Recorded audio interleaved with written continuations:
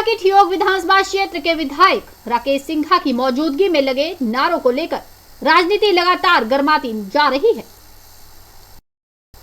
अब हिंदू जागरण मंच ने राकेश सिंघा के खिलाफ मोर्चा खोल दिया है। मंच ने विधायक के खिलाफ कोर्ट जाने की चेतावनी दी है।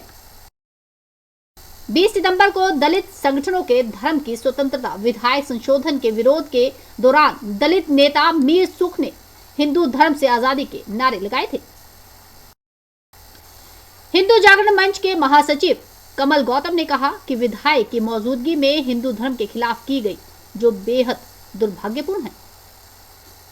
उन्होंने कहा कि जिस नेता ने हिंदू धर्म से आजादी के नारे लगवाए वह भी कांग्रेस पार्टी से जुड़ा हुआ है। शीघ्र जो है मॉडल कोड ऑफ कंडक्ट लगाया जाए और जो ये फिजूल खर्ची प्रदेश सरकार द्वारा की जा रही है इस पर रोक लगाया जा सके। साथ ही साथ हमने ये भी मांग की है कि जो अधिकारी जो प्रशासनिक अधिकारी एक स्थान पर पिछले 3 सालों से ज़्यादा समय से कार्यरत है उन लोगों को स्थानांतरित किया जाए क्योंकि वो सरकार के एजेंट के रूप में काम कर रहे हैं। और साथ ही साथ हमने ये भी मांग की है कि आने वाले समय में क्योंकि डेमोक्रेसी में आवश्यक है कि सब लोगों की भागीदारी सुनिश्चित हो, तो जिस प्रकार से जो पोलिंग बूथ्स की संख्या है हिमाचल में इस समय 7881 है उसको इंक्रीज़ किया जाए क्योंकि ग्रामीण क्षेत्रों में अक्सर ये देखने में आया है कि जो पोलिंग बूथ्स है वो सारे के सारे पंचायत हेडक्वार्टर के आसपास ही है। उससे क्या होता है कि जो वोटिंग परसेंटेज है ऑन एन एवरेज वो ड्रॉप करती है।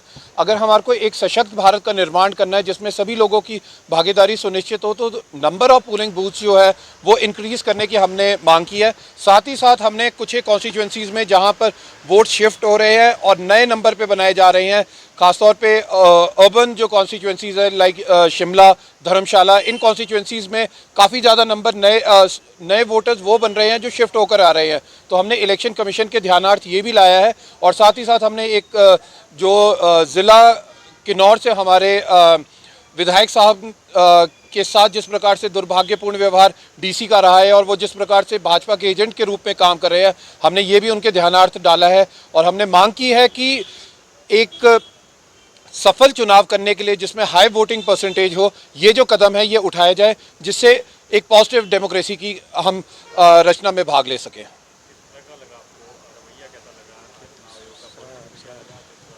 देखिए, definitely election commission of India ने हमारे प्रयासों को भी सराहा है, हमारे पॉइंट्स को भी वैलिडेट कहा है क्योंकि हमने एक चीज़ जो हम एक विजन लेके चल रहे हैं, सब लोगों की भागीदारी किस प्रकार से डेमोक्रेसी में सुनिश्चित की जा सके, उसको उन्होंने सराहा भी है और कहा है, दिशा निर्देश भी दिया है कि किस प्रकार से जो ऑफिसर्स हैं उन लोगों की वर्किंग स्टाइल को रेगुलेट किया जाए।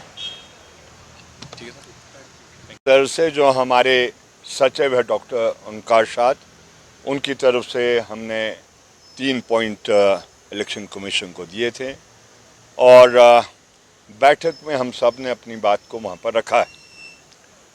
पहली बात हम ये कहना चाहते हैं कि हमने अनेकों इलेक्शन कमीशन ऑफ इंडिया की बैठकें अटेंड की है। जिस पेशेंट तरीके से आज हमारी बात सुनी गई है, मैं समझता हूँ ये बहुत ही पॉजिटिव चीज़ है क्योंकि चुनाव कराना और चुनाव फेयर और फ्री हो ये बहुत महत्वपूर्ण है लोकतांत्रिक प्रणाली में और डेमोक्रेसी के लिए।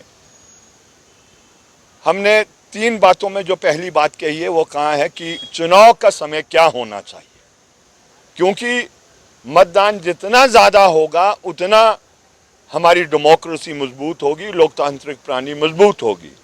और इसीलिए हिमाचल प्रदेश की भौगोलिक परिस्थिति इस प्रकार की है, यहाँ की कृषि इस प्रकार की है कि जो अभी धान की फसल की कुटाई जो होती है वो नवंबर 15 तक जाती है।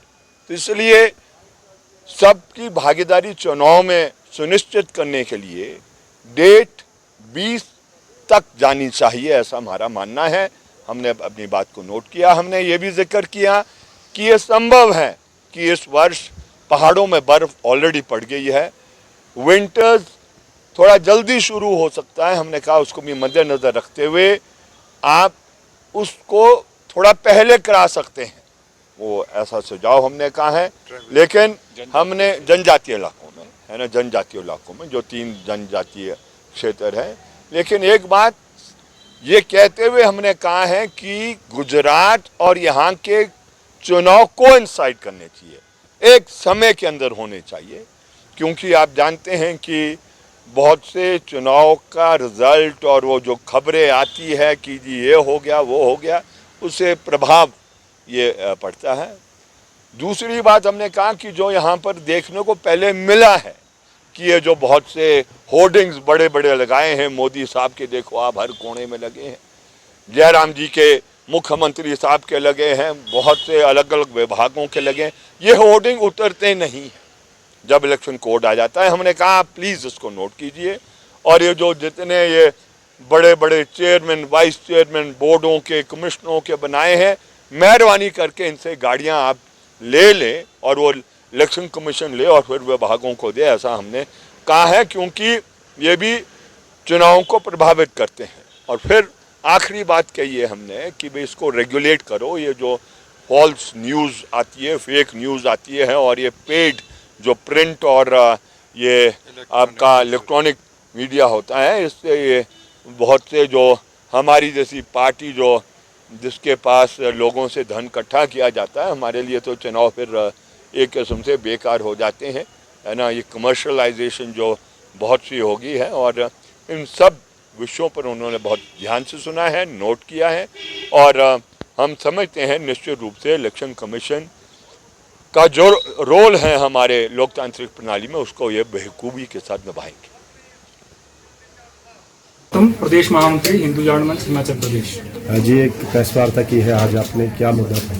देखिए, हिमाचल प्रदेश की देव संस्कृति और यहाँ की जो देव परंपरा है उसको अपमानित करने का काम जो ठियोग के विधायक राकेश सिंघा और नीर सुख नाम के एक कांग्रेसी पार्षद ने, जो रोडू से है मूलतः, उन्होंने 20 तारीख को जो यहाँ एक अमर्यादित प्रदर्शन किया और हिंदू सनातन समाज की आस्थाओं पर कुठाराघात करते हुए जिस प्रकार के नारे वहां लगाए गए, उसके विरोध में हिंदू जागरण मंच ने आज ये प्रेस वार्ता की है। और हम बड़ा स्पष्ट कह देना चाहेंगे राजनीतिक क्षेत्र के लोगों से कि वो अपनी राजनीति चमकाने के लिए इस प्रकार के घिनौने कृत्य करने से बचें, अन्यथा हिंदू जागरण मंच इन विषयों के ऊपर कतई बर्दाश्त नहीं करेगा और कठोर कार्रवाई करने के लिए हिंदू जागरण मंच बाध्य होगा। पिछले कल राकेश सिंघा जो है वो बहुत ही शातिर व्यक्ति है, और जो वामपंथ का जहर उन्होंने जीवन भर पिया है उसको उगलने का वो काम कर रहे हैं। आज जब उनकी जमीन उनके पैरों के नीचे से खिसक रही है और हिंदू समाज आज जागरूक होकर के इन विषयों का विरोध कर रहा है, तो माफीनामे का वो दिखावा कर रहे हैं। ये जो अपराध उन्होंने किया है अक्षम्य है। कोर्ट में याचिका दर्ज करेंगे, कोई बात नहीं, वो कोर्ट देखेगा उस विषय को।